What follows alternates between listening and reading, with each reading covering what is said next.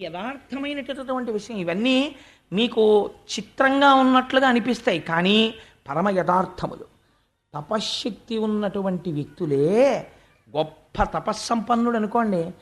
ఎవరు పావుని వేశారో తెలియదు, నీళ్లు చేతిలో పట్టుకుని శపించాడంతే, పరీక్ష చచ్చిపోయాడా లేదా. అటువంటిది తపోశక్తికి ఆలవాలమైనటువంటి వాడు. ఆయన చేసినటువంటి సంకల్పము ఈశ్వరుడు యొక్క అనుగ్రహంగా జరిగిపోతుంటుంది. అందుకని ఆయన నాసికారంధ్రములలోంచి కింద పడింది. ఎవరు పడ్డారు? ఒక చిన్న వరాహమూర్తి ఒకటి కింద పడింది. అది పడడంతో యజ్ఞవరాహమూర్తి అర్ధి అంగుష్టమాత్ర దేహంబుతోడ వియత్తల స్థాయి ఎగుచు భూరి గజ ప్రమాణమయ్యే అచటనున్నవారల చూపులకు అద్భుతముగా. ఆ నాసికారంధ్రంలోంచి కింద పడినటువంటి ఈ వరాహం ఒక పెద్ద కొండంత అయిపోవడం మొదలెట్టింది. దంష్టలతోటి అయిపోయి ఇది ఇప్పుడు అడుగులు తీసి అడుగులు వేయడం మొదలెట్టింది. దీనికి ఎవరు ఏం చెప్పలేదు, నువ్వు ఇలా చెయ్యాలని. అందరూ ఆశ్చర్యపోతున్నారు, ఇది ఎక్కడి నుంచి వచ్చిందో అని చూస్తున్నారా ఉన్నవాళ్ళు ఋషులు. వాళ్ళకి అర్థమైంది, ఈ సంకల్పమును అనుసరించి భూగోళాన్ని పైకెత్తడానికి ఈశ్వరుడు ఎవడు మొట్టమొదటి నుంచి చివరి వరకు ఉంటున్నాడో వాడు వచ్చాడు. అంటే మొదటి అవతారము వచ్చినది. ఇప్పుడు ఎవరు వచ్చారు? అసలు మనం అందరం ఉండడానికి కావలసినటువంటి భూమిని పైకెత్తి మనకి నివాసం ఇవ్వడానికి ఈశ్వరుడు ఈ రూపమును పొంది వచ్చి ఉన్నాడు. ఎంత కృతజ్ఞమై ఉండాలి ఆయనకి. ఇవాళ మనం ఉన్నామంటే ఆయన కృతజ్ఞత. ఇది మొదటి అవతారంగా వచ్చేసింది. ఇది యజ్ఞవరాహం కింద వచ్చింది. వస్తూ ఏం చేసింది? అడుగులు తీసి అడుగులు వేస్తోంది. వేస్తూ సముద్రంలో దూకింది. దూకితే పెద్ద చప్పుడు వచ్చింది. అది మూపు పెట్టి వెతుకుతోంది భూమి కోసం. వెతుకుతూ ముఖం నిండా నీళ్ళు అంటుకుపోతే పైకెత్తి ఇలా అంది. అంటే అవి వెళ్ళి కొన్ని రాజ్యాల్లో పడ్డాయి. రేపు విందురుగాని కర్దమ ప్రజాపతి దేవహూతి వస్తుంది. అక్కడ విందురుగాని ఎక్కడెక్కడ పడ్డాయో, ఎక్కడెక్కడ క్షేత్రాలు అయ్యాయో ఆ నీళ్లు పడ్డాయి. పడితే ఋషులందరూ వెళ్ళి ఋగ్యజు సామవేదములతో స్తోత్రం చేస్తూ ఆ నీళ్లు మీద పడేటట్టు నించున్నారు. ఎందుకని?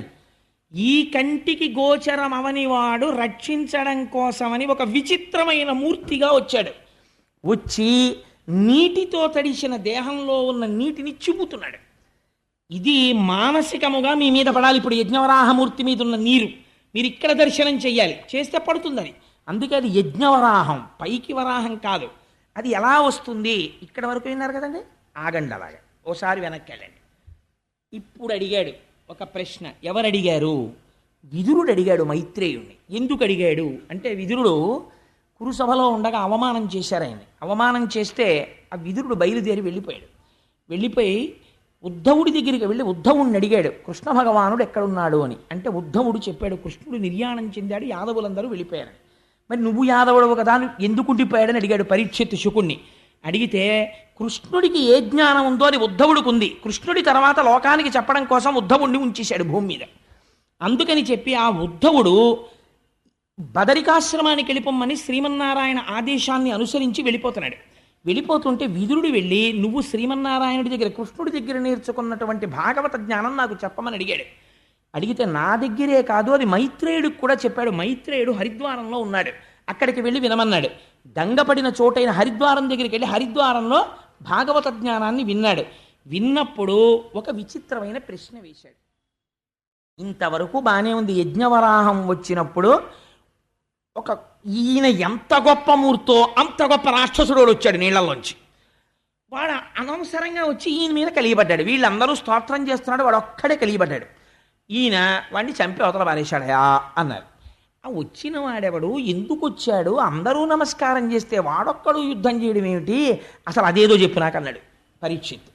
అంటే శుకుడు, ఇలా అడిగేవాడి కోసమే నేను చూస్తున్నానయా, చెప్తాను వినన్నాడు. ఇప్పుడు మీరు ఇక్కడి నుంచి జాగ్రత్తగా వినండి. ఇప్పుడు అంటే మీకు సౌకర్యం కోసం నేను కథాభాగాన్ని కొద్దిగా మలుపులు మార్చుకుని చెప్తున్నాను, తేలిగ్గా అందుతుందని.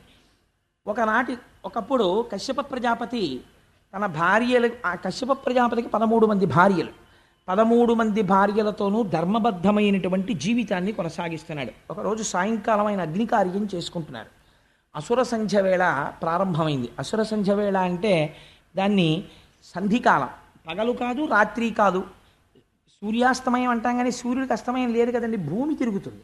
అందుకని సూర్యుడి యొక్క వెలుతురు భూమి మీద ప్రసరించని సమయము, చంద్రోదయము కాని సమయము, దీన్ని ఉత్తర సంధ్య అంటారు. ఈ ఉత్తర సంధ్య పూర్వ సంధ్య కన్నా పవిత్రం.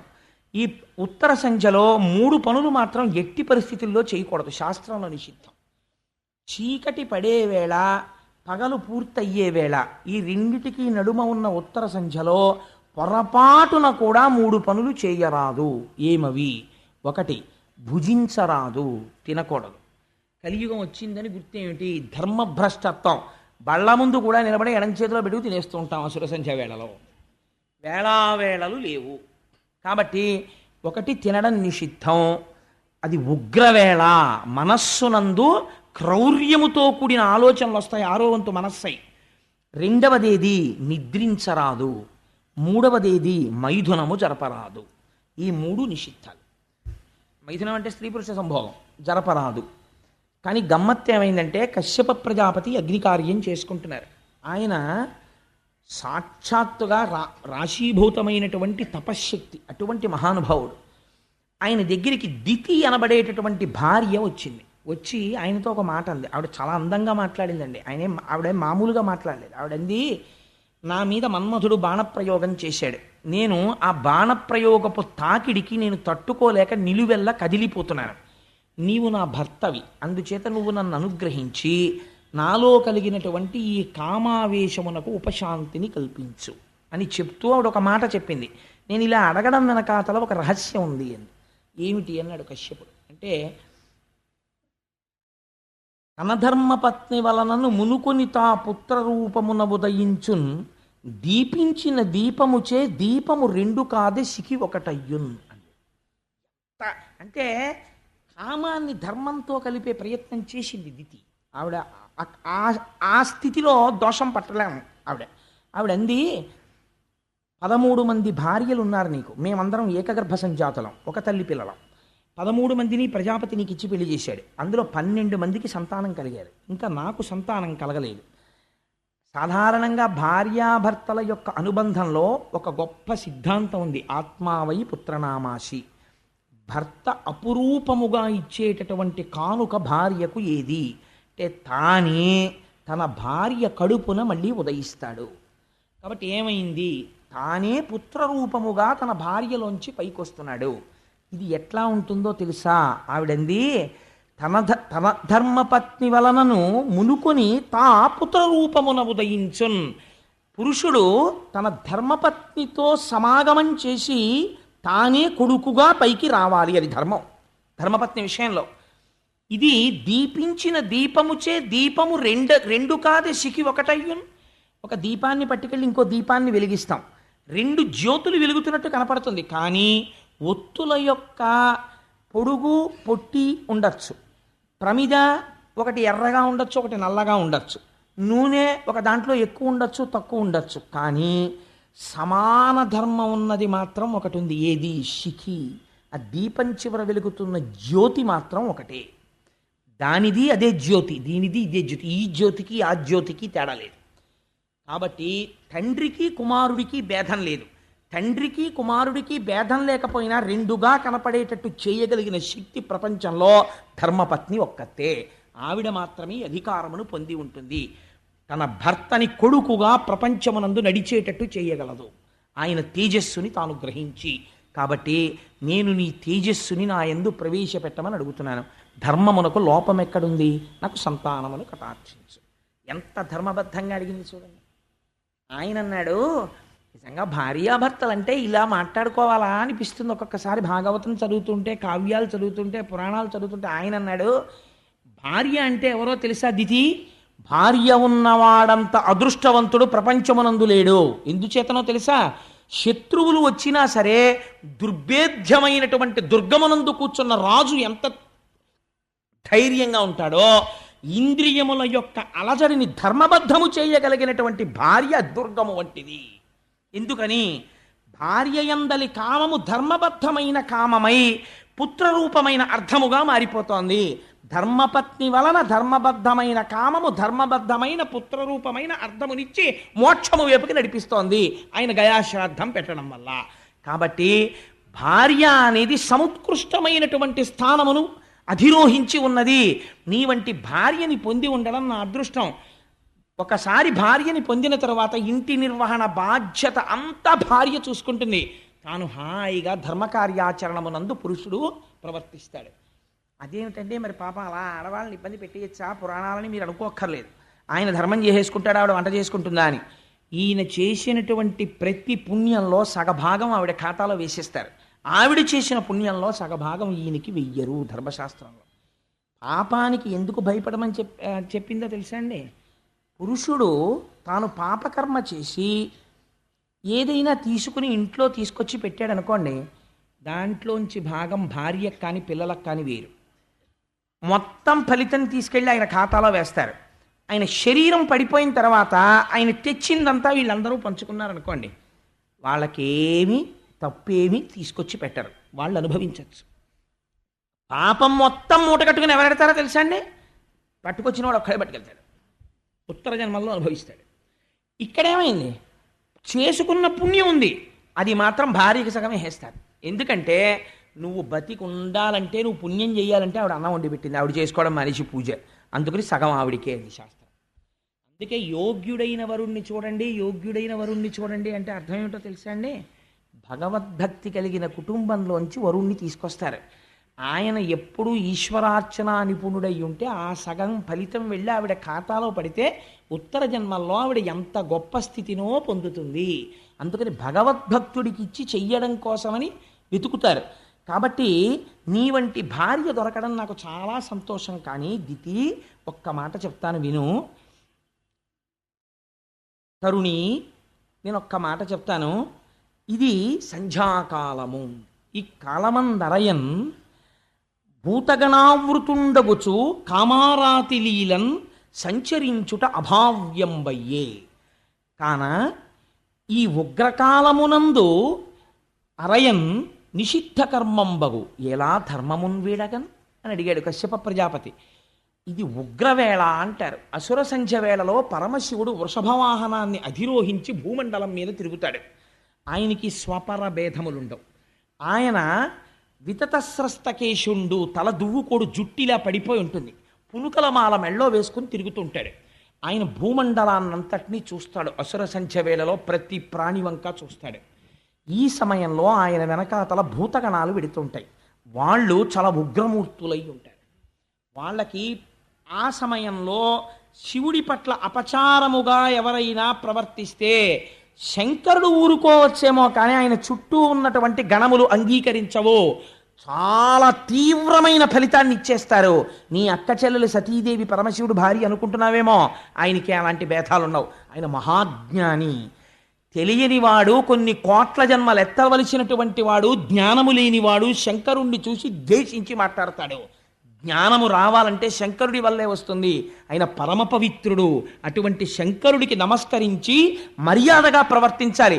ఈ ఉగ్రవేళన్ రమించన్ నిషిద్ధ కార్యం బగు. శంకరుడు వృషభవాహనారూఢుడై వెడుతుంటే భార్యాభర్తలు సంగమిస్తే ఆయన ఆగ్రహానికి కారణమవుతుంది.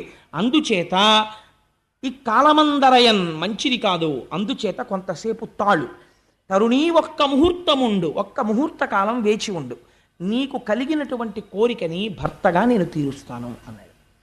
అంటే ఆవిడికి అటువంటి బుద్ధి కలిగింది. దితికి ధర్మభ్రష్టత్వం ఎక్కడొస్తుందో మీరు గమనించాలి భాగవతంలో. ఆవిడ ఒక వెలయాలు ప్రవర్తించినట్టు కశ్యప ప్రజాపతి యొక్క పంచపట్టి లాగినది. అగితే ఆయన అన్నాడు, ఈశ్వరుడికి నమస్కారం చేసి, నేను ధర్మపత్ని పట్ల ఇంతకన్నా భిన్నంగా ప్రవర్తించకూడదు అని ఆవిడ కోరుకున్న సుఖాన్ని ఆవిడికి కటాక్షించి ఆయన స్నానం చేసి ఆచమనం చేసి ఆయన కార్యమునందు ఆయన నిమగ్నుడైపోయాడు. కొంతసేపు అయిపోయిన తర్వాత దితికి అనుమానం వచ్చింది. చేయరాని పని చేశాను, దీని యొక్క ఫలితము ఉగ్రముగా ఉంటుందేమో అని పరమశివుడికి క్షమార్పణ చెప్పి రుద్రగణాలకి క్షమార్పణ చెప్పింది. కానీ అందులో అప్పటికే జరగవలసిన అపకారం జరిగిపోయింది. భూతగణాల్లో ఇద్దరు చూసేశారు. అది భద్రాభద్రులు అనేటటువంటి వాళ్ళు చూసి ఉగ్రమైనటువంటి ఫలితాన్ని ఇచ్చేశారు. కశ్యప ప్రజాపతి దగ్గరికి వెళ్ళి అడిగింది, అయ్యా, నా కడుపున పుట్టేటటువంటి బిడ్డలు కానీ ప్రమాదం తీసుకురారు కదా అని అడిగింది. కశ్యప ప్రజాపతి అన్నాడు, నేను వద్దని చెప్పాను, నువ్వు వినలేదు. నీ కడుపున పుట్టబోయేటటువంటి ఇద్దరు బిడ్డలు కూడా లోకకంటకులై, వాళ్ళు పుట్టగానే ఆకాశ నెత్తురు వర్షిస్తుంది, నక్కలు కూస్తాయి, కొన్ని వేల మంది స్త్రీల కళ్ళంబట నీళ్లు కార్పిస్తారు.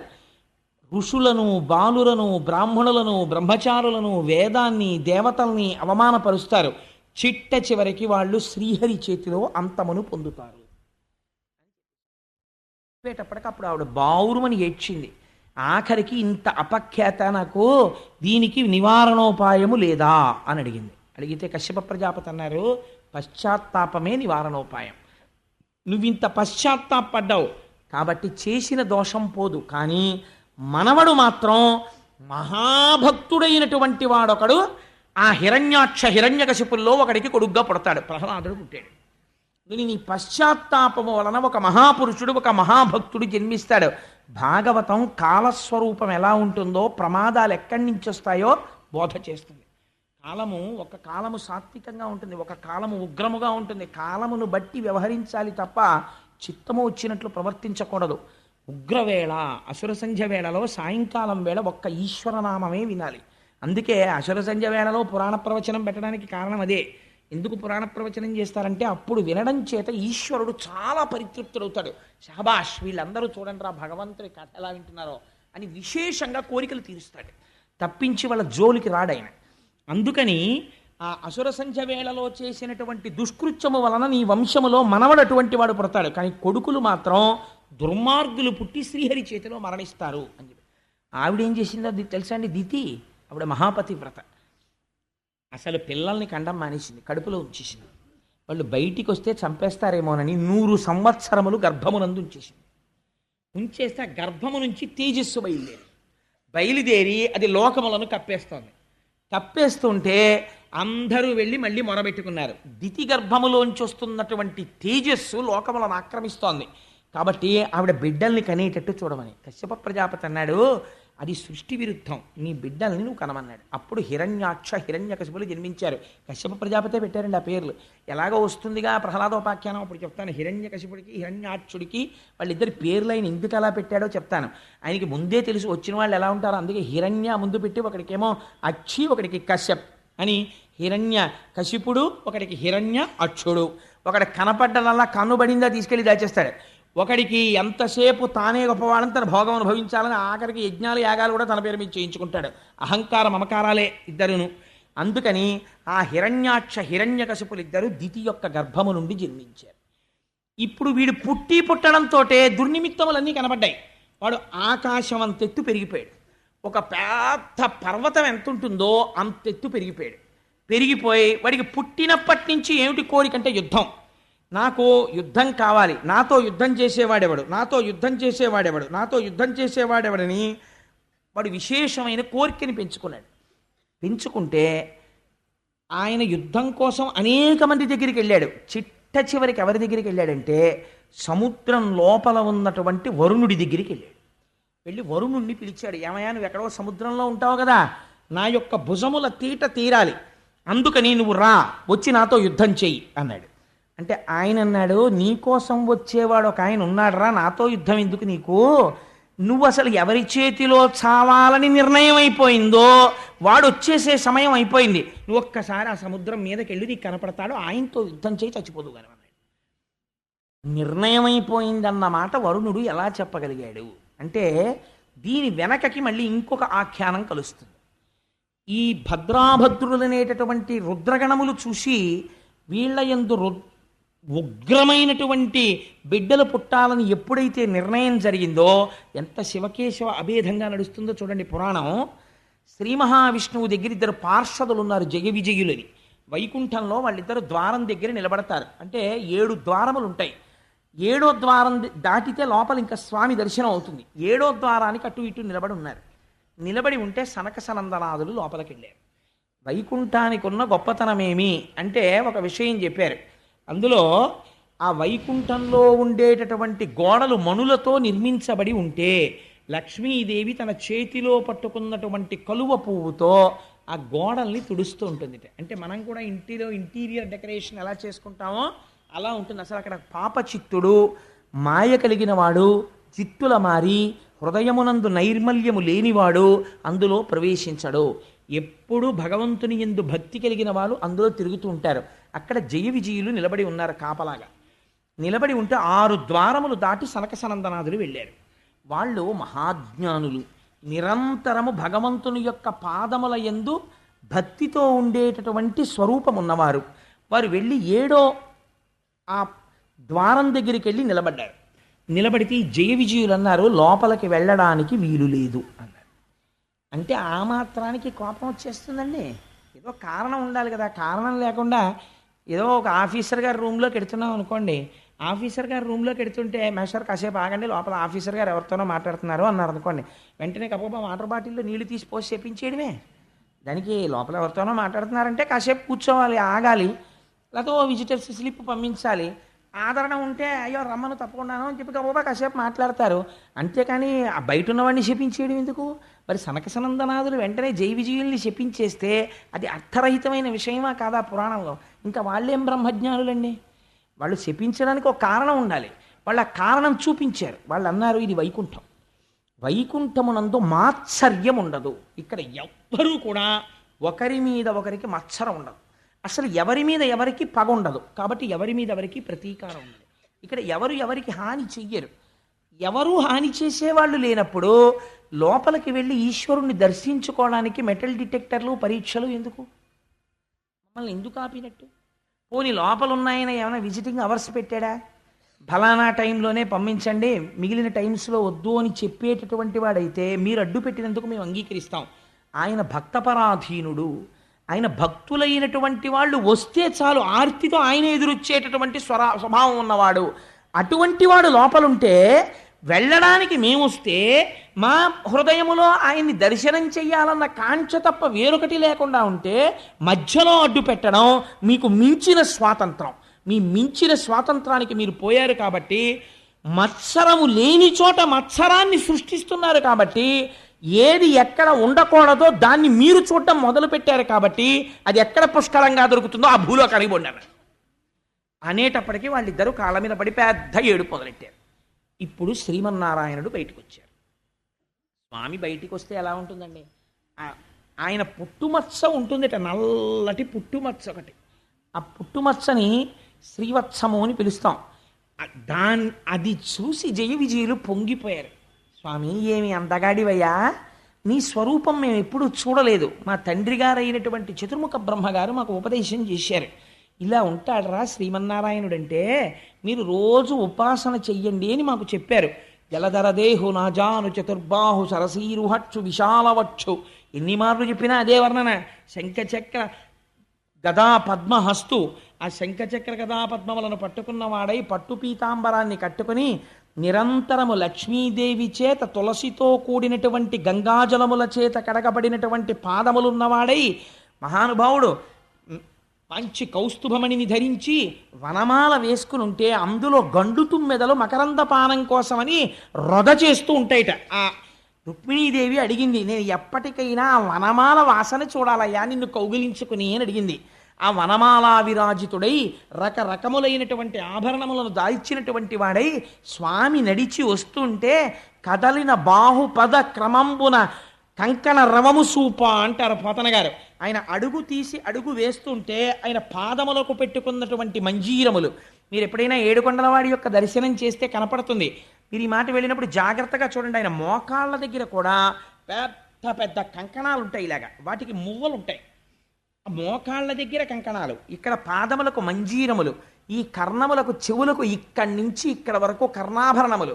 ఆ కర్ణాభరణములు పెట్టుకోవడం వల్ల బొగ్గల మీద పడేటటువంటి కాంతులు, విశాలమైనటువంటి లలాటము, దానికి పెట్టుకున్నటువంటి ఆ కస్తూరి తిలకము, ఆ పైన పెట్టుకున్నటువంటి పెద్ద కిరీటము, వెనకాతల వచ్చేటటువంటి సత్వగుణ ప్రధానులైనటువంటి పారిషదులు, వీళ్ళందరితో కలిసి ఒక మెరుపు తీగ ఎలా వస్తుందో అన్నిటికన్నా గొప్పతనం నీలతో యద మధ్యస్థ విద్యుల్లేకే భువాస్వర అని తెల్లటి వస్త్రం కట్టుకుని మెరిసిపోతూ అమ్మవారు అలవోకగా చేతిలో ఒక తామర పువ్వు పట్టుకుని తన చేత్తో శ్రీమన్నారాయణుడి చెయ్యి పట్టుకుని ఆ లక్ష్మీనారాయణులిద్దరూ బయటికి వచ్చి నిలబడ్డారు. ఇలా తిరిగి చూశారు. ఆ చప్పుడికి ఎదురుగుండా కనపడిన వాడు స్వామి లక్ష్మీ సహితుడై పొంగిపోయారంతే ఆ సనక సనందనాథుడు. స్వామి, ఈ మూర్తిని మా నాన్నగారు మాకు ఉపదేశం చేశారు.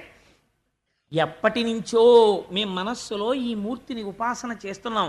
మా అదృష్టం పండి ఇంతకాలం తర్వాత నీ యొక్క స్వరూపాన్ని దర్శనం చెయ్యగలిగాం, మా భాగ్యం పండిందయ్యా అని ఆయన పాదాల మీద పడి నమస్కారం చేశారు. నమస్కారం చేసి నిరంతరము నీ పాదముల యందు ఎటువంటి భక్తి కావాలంటే పుష్పములో చేరేటటువంటి గండు తుమ్మెద ఎలా చేరుతుందో అటువంటి భక్తి మాకు కావాలి అని అడిగితే శ్రీమన్నారాయణుడు అన్నాడు, ఈ స్తోత్రానికి నేను చాలా సంతోషించాను, కానీ ఇక్కడ ఏదో చిన్న గలాటా జరిగినట్టు నాకు అనిపించింది, ఏమైంది అని అడిగాడు. వాళ్ళు అన్నారు, స్వామి మేము తప్పే చేశామో ఒప్పే చేశామో మాకు తెలియదు, కానీ మేము లోపలికి వస్తున్నప్పుడు 7వ ద్వారం దగ్గర ఈ పారిషదులు అడ్డు పెట్టారు. అడ్డు పెడితే మత్సరములు ఉండడానికి అవకాశము లేని వైకుంఠమునందు నీ దర్శనానికి మమ్మల్ని పంపలేదు కనుక, నీవు మాయందు విముఖుడవైన ప్రవర్తనతో ఉన్నావు కనుక నీవు భూలోకములో జన్మించండి అని మేము శపించాం వాళ్ళని. అందుకని నీవు ఎలా చెప్తే మేము అలా ప్రవర్తిస్తాం, ఒకవేళ మా వలన అపరాధం ఉంటే మన్నించు అన్నారు. ఆయన అన్నాడు, ఇది భక్తపరాధీనత అంటే, అందుకే భాగవతం వినండి మనస్సుకు ఆలంబనం దొరుకుతుంది అన్నారు. ఆయన అన్నాడు, నా పాదములు ఇంతమంది చేత ఎందుకు ఆరాధింపబడతాయో తెలుసా? మీ వంటి బ్రహ్మజ్ఞానులు నమ్మి అర్చించిన పాదములు కనుక. నిరంతరము లక్ష్మి నా పత్నిగా ఎందుకు నా వెంట వస్తుందో తెలుసా? నిత్యానపాయని అయి మీ వంటి వారి చేత పూజింపబడి మిమ్మలను రక్షించుటకు పూనికతో తిరిగి మీకు దర్శనమిస్తాను కనుక నేను భక్తపరాధీనుడను. నాకు భక్తులైన వారు పిలిస్తే పరిగెత్తుకుని వెళ్ళడం నా ధర్మం. ఒకవేళ అలా పరిగెత్తుకుని వెళ్ళి వాళ్ళని రక్షించడంలో అడ్డొస్తే నా చేతిని నేను నరికేస్తాను అన్నాడు. ఎంత పెద్ద మాట చూడండి అది. ఎందుకని ఆ చెయ్యి లోకములనన్నింటినీ రక్షించే చెయ్య. ఆ రక్షణ యందు ఎప్పుడైనా విడంబనము జరిగితే, నా వలన చిన్న పొరపాటు జరిగితే ఆ చేతిని నరికేసుకుంటానయ్యా నేను. నాకు భక్తులంటే అంత ఇష్టం. అటువంటి ప్రభువు పాదములు నమ్మని వాడిని ఏమనుకోవాలి? కానీ అటువంటి మీరు నిరంతరము నన్ను తప్ప వేరొకటి కొలవని వారు, ఎప్పుడు నా పాదముల యందు మనస్సు పెట్టుకున్నవారు, చతుర్ముఖ బ్రహ్మగారంతటి వాడు సంసారమునందు ప్రవర్తించి సృష్టి చెయ్యమంటే చెయ్యకుండా కేవలము నా పాద పంజరమునందు భక్తితో నిలబడిపోయిన మీకు లోపలికి రావడానికి జయ విజయులు అడ్డు పెట్టడమా? వీళ్ళు మహాపచారం చేశారు. వీళ్ళు చేసిన అపచారం వల్ల ప్రపంచంలో కీర్తి ఎవరికి పోతుందో తెలుసా? నా వల్ల పోతుందన్నాడు. భాగవతం చదివడం, భాగవతం అర్థమైతే అసలు నిజంగా ఆఫీసర్లు తన క్యాబిన్ ముందుండేటటువంటి వాడు ఎంత జాగ్రత్త అయిన వాడిని వేసుకోవాలో చూడండి. ఆయన అన్నారు, శ్రీ మహావిష్ణువు ఒక అద్భుతమైనటువంటి విషయాన్ని ప్రతిపాదన చేశాడు. ఆయన తనువున పుట్టినట్టి బెడిదంబగు కుష్ట మహాగదంబుచే వనరి తదీయ చర్మము వివర్ణత నొందిన రీతి భృత్యులొప్పని పని చేసినన్ ప్రభుల బంధుర యశంబు మానము పేరు పెంపు చెడిపోయి దుర్యశము పొందుచునుందురు విష్టపంబునన్ అన్నాడంతే. నేను ఎందుకు మీరిచ్చిన శాపాన్ని అంగీకరిస్తున్నాను తెలుసా? వీళ్ళకి యుక్తాయుక్త విచక్షణ లేదు. వీళ్ళకి ఎవరిచ్చారు ఈ అధికారం? నేను ఇచ్చాను. నా క్యాబిన్ ముందు నించోండి అంటే 7వ అప్రాకారం ముందు మీరుండి లోపలికి పంపించండి అని చెప్పాను. పంపించండి అంటే ఉద్దేశం వచ్చిన ప్రతివాణ్ణి అలా నించోపెట్టమనే. అంతరము తెలిసి ఉండాలి. లోపలికి ఎవరు వెళ్ళాలి, ఎవరిని మనం తొందరగా ప్రవేశపెట్టాలనేది చూసుకుని ముందు వాళ్ళు నమస్కారం చేసి ప్రవేశపెట్టగలిగిన సంస్కారం ఉన్నవాడు అక్కడ ఉండాలి. అలా ఉండలేదు. ఉండకపోవడం వల్ల ఏమైపోయిందో తెలుసా? కుష్ఠరోగం ఎక్కడ పుట్టింది? తన శరీరం మీదే పుట్టింది, తన చర్మం మీద పుట్టి ఏం చేసింది అంటే, తనువున పుట్టినట్టి బెడిదంబకు కుష్ఠ మహాగదంబుచే వనిర తదీయ చర్మము వివర్ణత నొందిన రీతి. అయ్యో నా ఒంట్లోనే కదా పుట్టింది కుష్టు వ్యాధి అని ఊరుకున్నాడు అనుకోండి, ఆ కుష్టు పెరిగి పెరిగి పెరిగి పెరిగి తన శరీరంలో ఉండేటటువంటి అవయవములు ఊడి పడిపోయేటట్టు చేసేస్తుంది. వేళ్ళు ఊడి పడిపోతాయి. పడిపోయి వైకల్యమును పొందేస్తాడు. కుష్ఠమహాగదంబుచే వివర్ణత పొందిన రీతి భృత్యులొప్పని పని చేసినన్. తనకి బాగా దగ్గరగా ఉండేటటువంటి వాడు తప్పుడు పని చేస్తే అది దాని వలన ఫలితం ఎవరికి వస్తుందో తెలుసా? భృత్యులొప్పని పని చేసినన్ ప్రభుల మానము పేరు పెంపు యశంబు చెడిపోయి వాళ్ళ పేరు పోతుంది, కీర్తి పోతుంది, వాళ్ళ యొక్క మంచి హృదయం పోతుంది. లోపల ఉన్నాయనికి చాలా గౌరవమే, కానీ ఈయన చేసిన పని లోపలికి వెళ్ళి చెప్పలేడు. దానివల్ల ఏమైపోతుంది, చూడరా ఆ మాత్రం గౌరవం ఇవ్వలేకపోయాడు అనుకుంటాడు. పరమభాగవతులైనటువంటి వారికి కలిగినటువంటి మన ఖేదము కట్టి కుడిపేస్తుంది. అందుకని ఏమైపోయింది, ఇంకా నేను లోపల ఉన్నది ఎందుకు, మీలాంటి వాళ్ళని కాపాడడానికి. కానీ ఎవరు అడ్డుపడ్డారు, వీళ్ళు అడ్డుపడ్డారు ఇప్పుడు. కాబట్టి వీళ్ళు ఏం చేశారు, తన శరీరమునందు పుట్టిన కుష్టు తనని పాడు చేసినట్టు నేను వీళ్ళకి పదవిని ఇస్తే వీళ్ళ పదవిని అడ్డు పెట్టుకుని నాకే తప్పు పేరు తీసుకొస్తున్నారు. జయ విజయ సనక సనందనాదులకు వైకుంఠమునందు ప్రవేశము లేదు.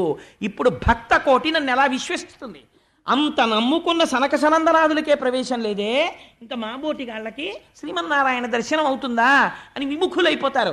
లోకము పాడైపోతుంది. నేను భక్త పరాధీనుడను. అలా రక్షణలో అడ్డు జరిగితే నా చేతిని నేను నరుక్కుంటాను. పరిపాలన చెయ్యడంలో నా చెయ్యి నాకు సహకరించకపోతే అటువంటి నాకు దుష్ట పేరు తెచ్చారు. కాబట్టి వీళ్ళని మీరు శపించడం కాదు, నేను చెప్తున్నాను. 3 జన్మలు మునులార అనఘుడు భగవంతుండిట్లనియన్. అనఘుడు, ఆయనకేం కోపతాపాలుండవు, చేసిన దోషాన్ని బట్టి శిక్షిస్తున్నాడు.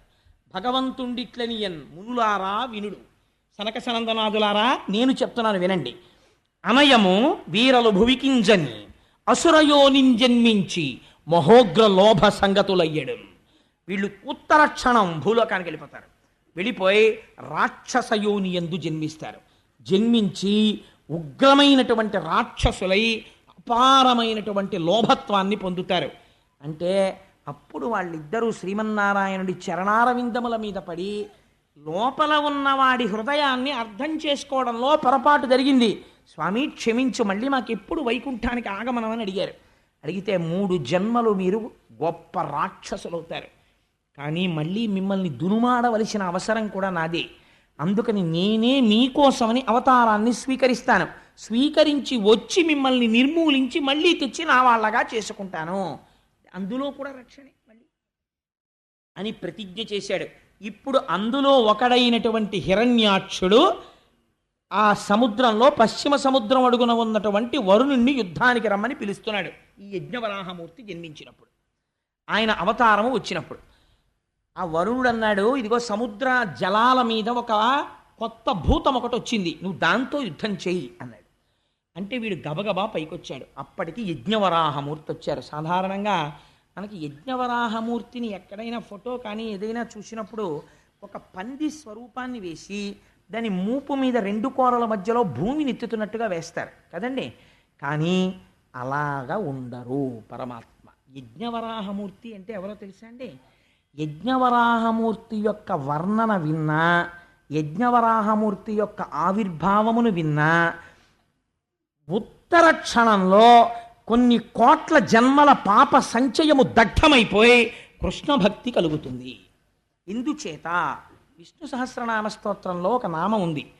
యజ్ఞో యజ్ఞపతిర్యజ్వా యజ్ఞాంగో యజ్ఞవాహన యజ్ఞభృత్యజ్ఞకృత్యజ్ఞీ యజ్ఞభుక్యజ్ఞసాధన యజ్ఞాంతకృత్యజ్ఞగుహ్యం అన్నమన్నాదయేవచ అని. ఆ వచ్చిన వరాహమూర్తి ఎవరో తెలుసా అండి? యజ్ఞస్వరూపము వరాహమై వచ్చినది. అది విచిత్రం. యజ్ఞము దేన్ని ఆధారంగా చేస్తారు? వేదము ఆధారమై ఉంటుంది. ఆ వేదము ఆయన శరీరమైంది. ఇప్పుడు వేదములో చతుర్హోత్రము అనబడేటటువంటి ఒక క్రియాకలాపం చేస్తారు. అవే ఆయన యొక్క 4 కాళ్ళు అయ్యాయి. యజ్ఞము చేసేటప్పుడు సృక్కు స్రవము అని 2 పట్టుకుంటారు. మీరు ఎప్పుడైనా చూసుంటారు. సృక్ అని ఒక చెక్కతో చేసింది ఉంటుంది, చిన్న మూతి ఉంటుంది దానికి. ఆ నేతిలో ముంచి ఇలా వేస్తూ ఉంటారు. ఆ సృక్కు స్రవం అని ఉంటుంది. పూర్ణాహుతి చేసేటప్పుడు ఆ స్రవం మీద పెట్టి సృక్కుతో పట్టుకుని వదిలిపెట్టేస్తారు మూటని. ఆ సృక్కు స్రవము ఈ 2 కూడా స్వామివారి యొక్క 2 దంష్ట్రలయ్యాయి. అందులో యజ్ఞం చేసేటప్పుడు బ్రహ్మస్థానమునందు పెట్టేటటువంటి పాత్ర ఆయన యొక్క నాసిక అయింది. అలాగే సోమరసాన్ని తీసుకొచ్చి పాత్రలో పెట్టేటటువంటి స్థానము ఆయన యొక్క చెవి రంధ్రమైంది, కర్ణరంధ్రమైంది.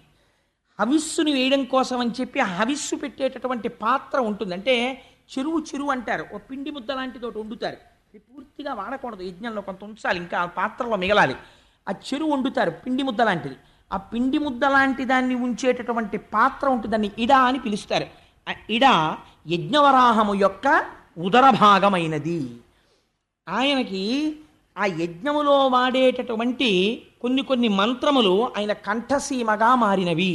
యజ్ఞము చేసేటప్పుడు పైకి వచ్చేటటువంటి అగ్నిహోత్రము స్వాహాకారంతో అగ్నిహోత్రంలో వేస్తుంటే ఆ అగ్నిహోత్రము ద్వారా దేవతలు పుచ్చుకుంటుంటారు. ఆ అగ్నిహోత్రమే ఆయన నోటి నమలుడుగా మారినది. ఇలా ఇలా నవ్వులుతున్నాడు ఆయన. ఇలాంటి స్వరూపంతో యజ్ఞము యొక్క స్వరూపము వరాహ స్వరూపమును పొందినది. వరాహం అంటే ఏమిటో తెలుసా అండి? పరమోత్కృష్టమైన రోజు. ఏ రోజు నీ జీవితంలో ఈ యజ్ఞవరాహం విన్నావో అదే నీ జీవన యాత్రలో కొన్ని కోట్ల కోట్ల జన్మలలో పరమోత్కృష్టమైన రోజు. అది యజ్ఞవరాహమూర్తి యొక్క ఆవిర్భావ దినము. కాబట్టి ఇటువంటి స్వరూపంతో ఆయన దర్శనమిచ్చాడు. దర్శనమిచ్చి పెద్ద హుంకారం చేశాడు. ఆ హుంకారం విని ఋషులు ఒక్కసారి ఆశ్చర్యపోయారు. ఎక్కడిది ఈ హుంకారం అనుకున్నారు. స్వామి వంక చూశారు. గుర్ర్ గుర్ర్ గుర్ర్ అని శబ్దం చేస్తున్నాడు. అలాగే వర్ణించారు వ్యాసుల వారు. పెద్ద శబ్దం చేస్తూ అడుగులు తీసి అడుగులు వేస్తూ నడుస్తోంది ఆ యజ్ఞవరాహం. ఇప్పుడు ఆయన్ని స్తోత్రం చెయ్యాలి. ఎక్కడి నుంచి స్తోత్రం చేస్తారు? అందుకని ఋగ్వేదంలోంచి, యజుర్వేదంలోంచి, సామవేదంలోంచి ఋషులందరూ నిలబడి సూక్తములను వల్లిస్తున్నారు. వల్లిస్తూ ఆ యజ్ఞవరాహానికి నమస్కారం చేస్తున్నారు. ఆ యజ్ఞవరాహం అడుగులు తీసి అడుగులు వేస్తూ సముద్రంలోకి ప్రవేశించింది. ప్రవేశించి తన నాసికతోటి, తన ఆ మూపుతోటి కెలుకుతోంది. దేనికి? పృథివికి వాసన ఉంటుంది.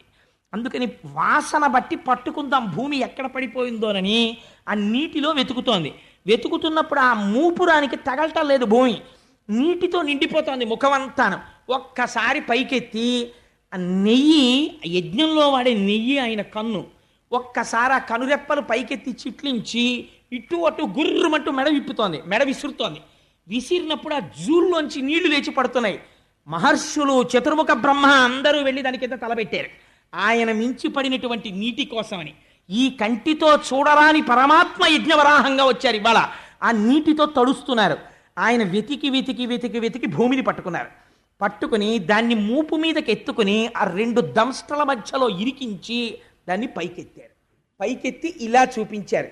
చూపించేటప్పటికి ఋషులందరూ స్తోత్రం చేశారు. ఇప్పుడు మహానుభావుడు స్వయంభవ మనువు తన భార్యతో కలిసి స్తోత్రం చేశాడు. ఏమి గొప్పతనమయ్యా మహానుభావ! ఈ ప్రజలు ప్రాణులు నిలబడడానికి భూమి లేదు, రసాతలంలో పడిపోయిందంటే యజ్ఞవరాహమూర్తి వయ్యొచ్చి భూమండలాన్ని పైకెత్తావు. పైకెత్తి తీసుకొచ్చావు. ఇప్పుడు దీన్ని నిలబెట్టాలి. ఎలా నిలబడుతుంది ఇప్పుడు ఇది? దీనికి ఆధార శక్తినిచ్చాడు. నిలబడ్డానికి నీటిలో ఆధార శక్తినిచ్చి మూపురం మీద ఇలా ఉంచి కింద పెట్టాడు. కింద పెట్టి మూపురాన్ని పైకెత్తి నిలబడ్డాడు. ఇలా భూమండలాన్ని గోళ రూపంలో పైకెత్తితేట పుడమి తల్లి పొంగిపోయిందిట భూదేవి. ఆహా, ఏమి అదృష్టం! నా అదృష్టం! నా స్వామిని తన మూపురంతో పైకెత్తాడని గాఢంగా ఆలింగనం చేసుకుందిట. తత్ఫలితమే నరకాసురుడు జన్మించాడు. అది ఎందుకు అలా పుట్టాడో, ఎందుకు భూదేవి సత్యభామగా వచ్చిందో అక్కడ చెప్తాను ఆ విశేషాలు. దశమస్కంధం దాటుతున్నప్పుడు చెప్తాను. ఇప్పుడు చెప్పడం కుదరదు. అందుకని ఆ యజ్ఞవరాహమూర్తి రూపంలో పైకెత్తాడు. పైకెత్తి ఆ భూమిని ఆ ఆధార శక్తినిచ్చి నిలబెడితే వీళ్ళందరూ స్తోత్రం చేసి, అయ్యా ఈ కంటికి కనపడనటువంటి వాడివి, జన్మనెత్తవలసిన అవసరం లేని వాడివి, ఒక స్వరూపమును పొందవలసిన రూపము లేని వాడివి, చతుర్ముఖ బ్రహ్మనంతటి వాడిని తపించని సృష్టి చేయించిన వాడివి, ఇవాళ మైథున సృష్టి కొనసాగి ప్రాణులు నిలబడ్డానికి ఆధారభూతమైన భూమిని పైకి తీసుకొచ్చి నిలబెట్టి మహోపకారం మొట్టమొదట చేశావు. ఇటువంటి యజ్ఞవరాహమూర్తికి మా నమస్కారం అని ఆయన పాదములకు శిరస్సులు ఉంచి నమస్కరించి మనఃపుష్పములను ఆయన పాదముల మీద వేశారు. వేస్తే స్వామి వారందరికీ అభయిస్తున్న సమయంలో ఈ హిరణ్యాక్షుడు యుద్ధానికి వచ్చాడు. ఇద్దరి మధ్య భయంకరమైనటువంటి యుద్ధం జరిగింది. ఆశ్చర్యం ఏమిటో తెలుసా అండి? వాడేం సామాన్యమైన శక్తివంతుడు కాడు. యజ్ఞవరాహమూర్తి శరీరంలోంచి నెత్తురు కారేటట్టు కొట్టాడు వాడు.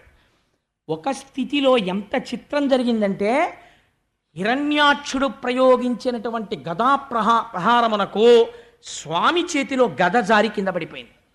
పడిపోతే వాడన్నాడు, నేను కొట్టను, గద తీసుకో, గద లేని వాడిని కొట్టనన్నాడు. ధర్మానికి ఆశ్చర్యపోయారు స్వామి. ఎంత ధర్మాత్ముడివిరా ఈ ఒక్క విషయంలో అనుకుని వెంటనే సుదర్శన చక్రాన్ని స్మరించారు. స్వామికి అదో సంతోషం. తన పార్షదులేగా జై విజయులు, ఇప్పుడు వీడికి ఇంత శక్తి వచ్చిందో, అబ్బో బాగా చేస్తున్నాడు యుద్ధం అని చెప్పి తాతగారు చూడండి ఉట్టినే పిల్లాడితో ఇలా కుస్తీ పడతాడు, అలా కుస్తీ పడుతున్నాడు. చతుర్ముఖ బ్రహ్మగారు అన్నారు, స్వామి నీ వినోదం చాలు, మాకు భయం వేస్తోంది. వాడు నిన్ను అలా గదతో కొడుతుంటే మేము చూడలేకపోతున్నాం, వాడిని సంహరించి ఉద్ధరించు అన్నారు. ఒక అవతారం, వాడికి ఒక శాపం విమోచనం అయిపోతుంది. అలా ఎంతసేపు వాడిని ఇబ్బంది పెడతావు, కొట్టేసేయి స్వామి, వాడి తలకాయ తీసేయమన్నాడు. అప్పుడు సుదర్శన చక్రాన్ని ప్రయోగిస్తే ఒక పెద్ద గదని ప్రయోగించాడు వాడు. ఆయన అబ్బో పోతన గారు ఏమి పద్యాలు రాస్తారోనండి మహానుభావుడు, గద సారించి అసహ్య విక్రమ సమగ్ర స్ఫూర్తితో వేయగా వరాహమూర్తి ఆ గద తప్పించి ఆ దంష్ట్రాగ్రాహతిన్ త్రుంచి బలమొప్పన్ మదాతిరేక బల శౌర్యోదార విస్తార పంచాస్య సంపద సామజేంద్రమును బలమొప్పన్ ఈడ్చి త్రుంచు చందంబునన్ అంటారు. ఎంత గొప్ప పద్యమో చూడండి. ఆ హిరణ్యాక్షుడు గదని గిర్ర గిర్ర గిర్ర గిర్ర తిప్పి స్వామివారి మీదకి విసిరితే అలవోకగా గదని పట్టుకున్నారట. పట్టుకుని విరిచేసి అవతల పారేసి, నిన్ను చంపడానికి సుదర్శన చక్రం వెయ్యాలా? వాడు భయంకరమైన మాయ కల్పించి భూతప్రేత పిశాచాల్ని ఎముకల్ని వర్షం కల్పించాడు. సుదర్శన చక్రంతో కొట్టేశారు దాన్ని. కొట్టి ఆఖరణ ఇంకా ఎంతసేపు వినోదం స్వామి, వాడిని నిగ్రహించమన్నారు. నిగ్రహించమంటే పిల్లాన్ని చూడండి, చూసి చూసి చూసి చూసి తండ్రి ఏమిట్రా ఈ అల్లరి అనో లెంపకాయ కొడతాడు. అలా మీరు కావాలంటే భాగవతంలో చూడండి, ఆదివరాహమూర్తి గూబ మీద ఓ లెంపకాయ కొట్టారు హిరణ్యాక్షుణ్ణి. అంతే వాడి కింద పడిపోయాడు. కింద పడిపోయి నాసికారంధ్రముల వెంట కర్ణరంధ్రముల వెంట నెత్తురు కారిపోతుండగా కిరీటం పడిపోయి తన్నుకుంటున్నాడు. దితికి అర్థమైంది, ఓహో నా కొడుకుని శ్రీహరి సంహరిస్తున్నాడని. ఆవిడ స్తన్యములలోంచి రక్తము స్రవించింది. ఇక్కడ హిరణ్యాక్షుణ్ణి తన 2 కోరలతో నొక్కి పట్టి సంహరించాడు. హిరణ్యాక్ష వధ పూర్తయి ఆయనకి ఒక శాపం తీరిపోయింది, భూమండలాన్ని పైకెత్తాడు. అందుకే ఆ మహానుభావుడు యజ్ఞవరాహావతారంలో భూమిని పైకెత్తినటువంటి ఆ కోర అంటే శంకర భగవత్పాదులకి ఎంత ఇష్టమో చెప్పలేను. అవిద్యానామం తత్తిమిరమిగిరోత్తిపనగరి జడానాం చైతన్యస్తబకమకరంద శృతిఝరి దరిద్రాణాం చింతామణి గుణనికా జన్మజలధౌ నిమగ్నానాం దంష్ట్రా మురరిపువరాహస్య భవతి అంటారు. ఆ ఆదివరాహమై యజ్ఞవరాహమై ఆనాడు 2 కోరలతో భూమండలాన్ని సముద్రంలోంచి ఇలా పైకెత్తుతూ తడిసిపోయిన ఒంటితో నిలబడినటువంటి స్వామి ఉన్నారే, ఆ మూర్తిని మానసికంగా ఇక్కడ ఎవరు దర్శనము చేసి చేతులొగ్గి నమస్కరిస్తున్నారో అటువంటి వారి యొక్క జీవన యాత్రలో ఈ ఘట్టమును విన్న రోజు పరమోత్కృష్టమైన రోజు అయి వారి పాపరాశి ధ్వంసమవుతోంది. ఈశ్వరుడి యొక్క నిర్హేతుక కృప యజ్ఞవరాహముగా వచ్చినటువంటి ఆ అవతార విశేషంతో ఇవాళ ఉపన్యాసాన్ని పూర్తి చేస్తూ రేపటి రోజున అద్భుతమైనటువంటి అవతారం కపిలుడిగా వస్తాడు స్వామి. కర్దమ ప్రజాపతి దేవహూతి. అసలు తపస్సు అంటే ఎలా ఉంటుందో, కపిల గీత అంటే ఏమిటో రేపటి రోజున ఆవిష్కరిస్తాను. ఆ మంగళమైనటువంటి ఘట్టం దగ్గర పూర్తి చేయాలి. స్వామి గోవిందుడై రక్షణ చేశాడు. అందుకని మీరందరూ ఇవాళ గోవిందా హరి గోవిందా గోకుల నందన గోవిందా అనండి. నేను ఏదో కొన్ని నామాలు అంటుంటాను, మీరు అనవలసింది అంటే స్వామి మన కోసమని మహానుభావుడు యజ్ఞవరాహమై భూమండలాన్ని పైకెత్తి ఆధారశక్తిని ఇవ్వకపోతే ఇవాళ మనం ఎక్కడ నిలబడతాం? మన కోసమని అంత త్యాగం చేశాడే, అంతగా హిరణ్యాక్ష వధ చేశాడే, అటువంటి మహాపురుషుణ్ణి నోరు తెరిచి నామం కూడా చెప్పకుండా వెళ్ళిపోతే అది కృతజ్ఞతా దోషం మనకంటదు. అందుకే నేను అక్కడికి కొన్ని పద్యాలు కూడా తగ్గించి గబగబా పూర్తి చేస్తున్నాను. మంగళప్రదమైన ఘట్టం దగ్గరికి వచ్చి పూర్తి చేద్దామని. ముక్త కంఠంతో మీరు అంటుంటే ఆ నామం స్వామి చెవిన పడి, ఇక్కడే ఉన్నాడు గురువాయూరప్ప, పొంగిపోయి ఆనందపడిపోతాడు. నా పిల్లలు తలుచుకుని ఎంత పొంగిపోతున్నారో నా నామమని. భక్తవత్సల గోవింద భాగవత ప్రియ గోవింద గోవింద హరి గోవింద గోకులనందన గోవింద పురాణ పురుష గోవింద గోవింద హరి గోవింద గోకులనందన గోవింద నందనందన గోవింద గోవింద హరి గోవింద గోకులనందన గోవింద దుష్ట సంహార గోవింద గోవింద హరి గోవింద గోకులనందన గోవింద వరాహమూర్తివి గోవింద గోవింద హరి గోవింద గోకులనందన గోవింద దశరథనందన నందన గోవింద గోవింద హరి గోవింద గోకుల నందన గోవింద మత్స్యకూర్మ హరి గోవింద గోవింద హరి గోవింద గోకుల నందన గోవింద బలరామానుజ గోవింద గోవింద హరి గోవింద గోకుల నందన గోవింద శ్రిత పరిపాలక గోవింద గోవింద హరి గోవింద గోకుల నందన గోవింద సీతానాయక గోవింద గోవింద హరి గోవింద గోకుల నందన గోవింద అభిషేక ప్రియ గోవింద గోవింద హరి గోవింద గోకుల నందన గోవింద శ్రీ వెంకటేశ గోవింద గోవింద హరి గోవింద గోకుల నందన గోవింద సర్వం శ్రీ ఉమామహేశ్వర పరబ్రహ్మార్పణమస్తు.